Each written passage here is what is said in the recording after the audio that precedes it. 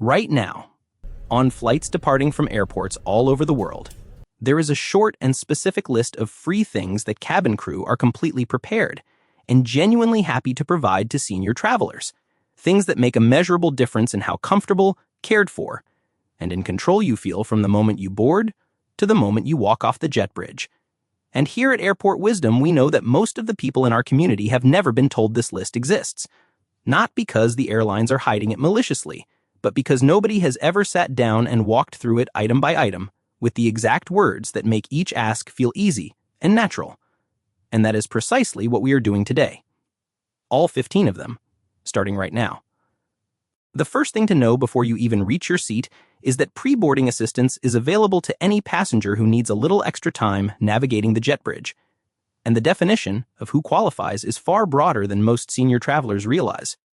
You do not need a wheelchair, a doctor's note, or a visible disability. Because if moving through the boarding process takes you a moment longer than it used to for any reason at all, you qualify. And the only thing standing between you and boarding first, before the general crowd is walking up to the gate agent, before boarding zones are called and saying warmly and simply, "I'd appreciate a little extra time to board if that's okay." Those 12 words have been used by members of our Airport Wisdom community to board calmly and without pressure on flights all over the world.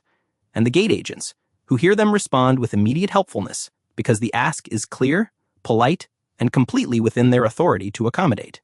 If you booked a middle seat because it was cheaper than the window or aisle, do not assume you are locked into it until landing, because gate agents in the final 20 to 30 minutes before boarding have quiet discretionary authority to move passengers around for a variety of operational reasons, balancing cabin weight distribution, keeping families together, filling exit rows with able-bodied passengers, and a senior traveler who arrives at the gate 45 minutes early, waits until the main check-in rush has settled, and approaches a side desk, rather than the crowded main counter to ask softly, "If an aisle or window is opened up, I'd be grateful," is exactly the kind of passenger that gate agents accommodate when availability exists. And, in many cases, a new boarding pass appears within minutes at no charge. Once you are seated and the beverage cart reaches your row, there is a simple and almost universally successful request that the majority of passengers never think to make, asking for the full can of your chosen drink rather than the standard partial cup pour. The cup and move default that flight attendants use is a speed habit built around service efficiency, not a policy. And the moment any passenger asks politely for the whole can, the answer is almost always yes, without hesitation. So when the cart arrives at your row, specify both your drink and your preference. "May I have the full can, please?" And enjoy a properly sized beverage for the rest of the flight, rather than rationing sips from a cup that was half empty before the attendant had moved 2 rows forward. The snack situation on most domestic flights is similarly more generous than what appears on the cart, because the basket that makes one pass through the aisle represents only a fraction of the total snack inventory loaded on the aircraft, with the remainder sitting in the galley available to any passenger who asks after the first service round has been completed.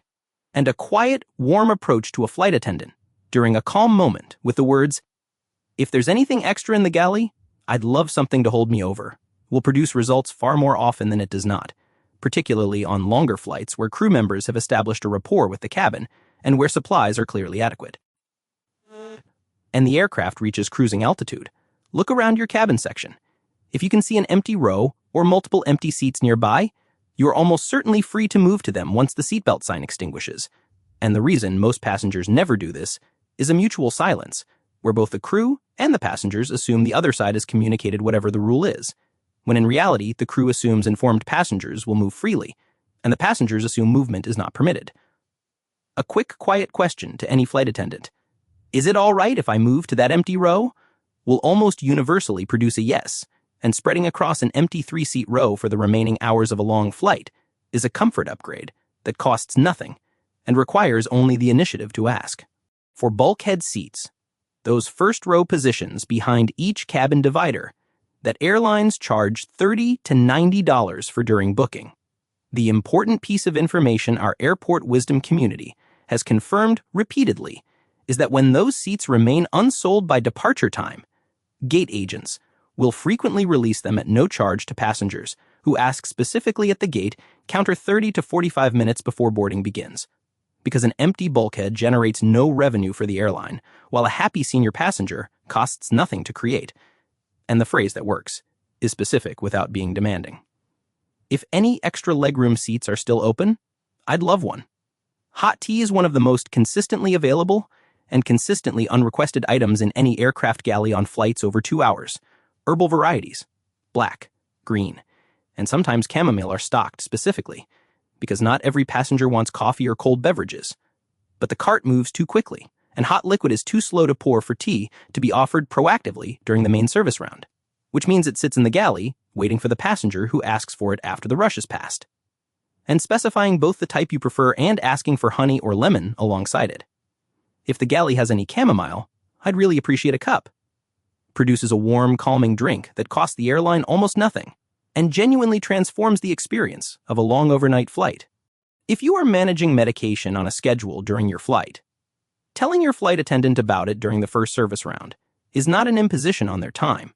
It is information that helps them do their job better, because crews are trained to assist passengers with medication management, and a brief, calm disclosure at the start of the flight, along with the words, "I'll be taking medication around 2 o'clock. Could I trouble you for water when that time comes?" creates an informed crew member who will check on you proactively, rather than responding only if something goes wrong.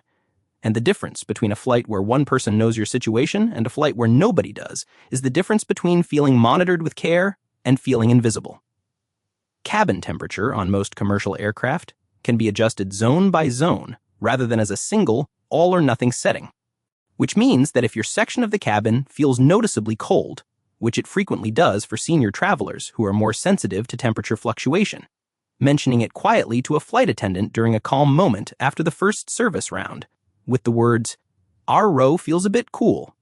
Would a small adjustment be possible?" is a request that costs the crew 30 seconds and can meaningfully change the physical comfort of your remaining flight time.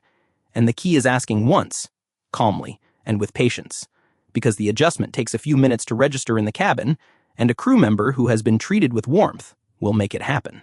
On flights with meal service, the galleys of most long-haul aircraft contain 2 to 6 extra prepared meals that were loaded to cover any issues with pre-ordered selections, and that will be discarded at the end of the flight if no passenger requests them. And while this is not a service the airline advertises because they sell premium meal packages, asking a flight attendant quietly near the galley in the final 2 hours of a long flight with the words, "If there's anything extra from the forward galley, I'd love whatever you can spare," will occasionally produce a full first-class dessert tray or a second hot meal that transforms the tail end of a transatlantic journey from an exercise in endurance into something genuinely pleasant. When turbulence begins and anxiety rises, most passengers grip the armrest and wait in silence because they do not know that flight attendants have direct voice communication with the cockpit throughout every flight and can request specific information about what to expect, how long the rough air will last, whether the aircraft is climbing to a smoother altitude, what the crew is seeing on their weather data, and sharing that information with an anxious passenger takes 90 seconds of the attendant's time and completely changes the psychological experience of the next 20 minutes. So finding a calm moment to say, "I get nervous during turbulence. Is there any sense of how long this section might last?" is an ask that will almost always produce a specific and calming answer. At the end of your flight, as the cabin begins its descent quiet period, there are small items in the crew's possession that are headed for the discard bin, unless you ask for them. Unopened amenity kits, airline-branded pens, playing cards, first-class menus, wine lists, all items that crews are generally permitted to give to passengers who ask in the final 30 minutes of the flight with a clear and modest request. "I'd love to keep something small as a memento. Anything you can spare."